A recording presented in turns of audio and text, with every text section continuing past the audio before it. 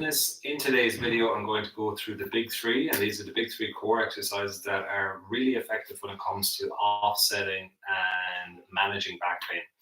So I had a lot of lower back issues last July. 12 months I hurt my back at work with a client, and it took about 12 months really for the back to rehab completely. I did some disc damage with my lower back, but these three exercises were a big part of my rehab programming.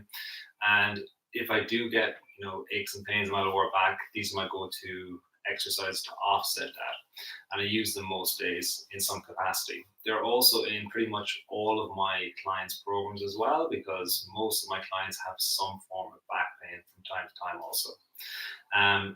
So we're going to go through these three exercises. They were popularized by Stuart McGill. He's the world leading expert when it comes to back rehab and back mechanics.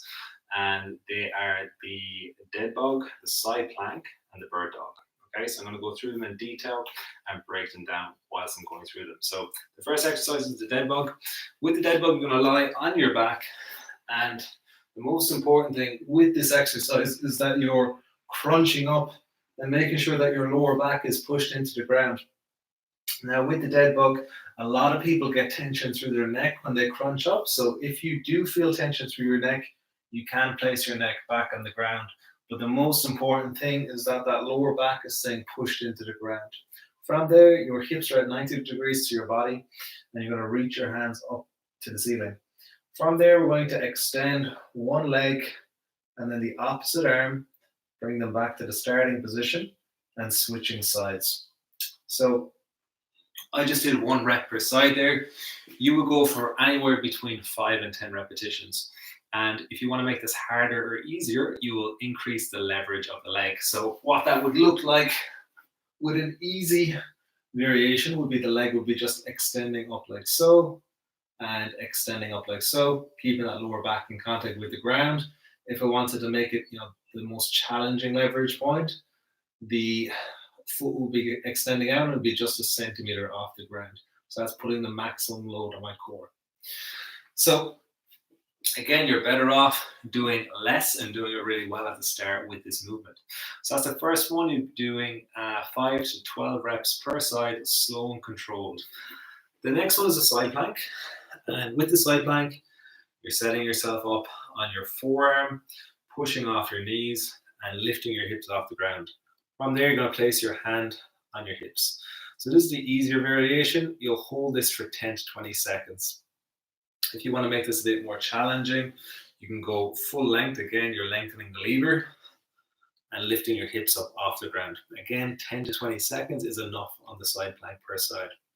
And then if you want to go to a slightly more advanced variation, you would lift your hips up, and then you can either lift the leg up, or you could also go into a high knee position for repetitions. And again, you would hold this for 10 to 20 seconds. If you're a bit more advanced, you might even hold it for 30 seconds. So that's the second exercise. And the last one is the bird dog. So the bird dog, you're going to set up in what's called the tabletop position. My shoulders are over my hands, my knees below my hips.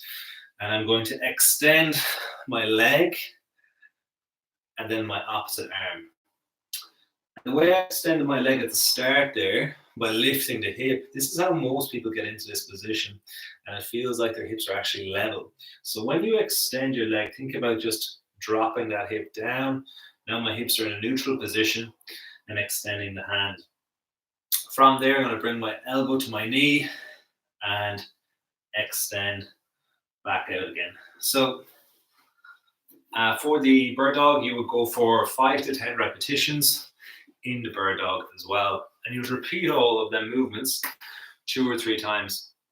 With my clients, I generally program them in some capacity into the warm-ups just to get that whole area firing.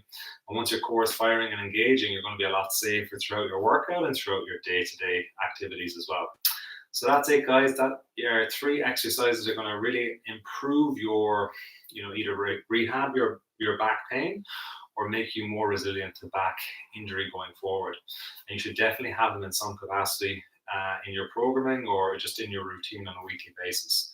I also want to let you know, guys, that I'm launching a new program that is ideal for 50s plus. So it is focusing on improving strength, flexibility, and energy. And for those who want to drop up to 5 to 10 pounds of body fat over the next 60 days. So the program is launching the first Monday of November. And if you're interested to know more, you can comment below with tell me more in the program. Also, I know a lot of you guys mightn't be 50s plus, but you might have family members who are in that age category, and you can let them know about the program as well. All right, guys, thanks for watching.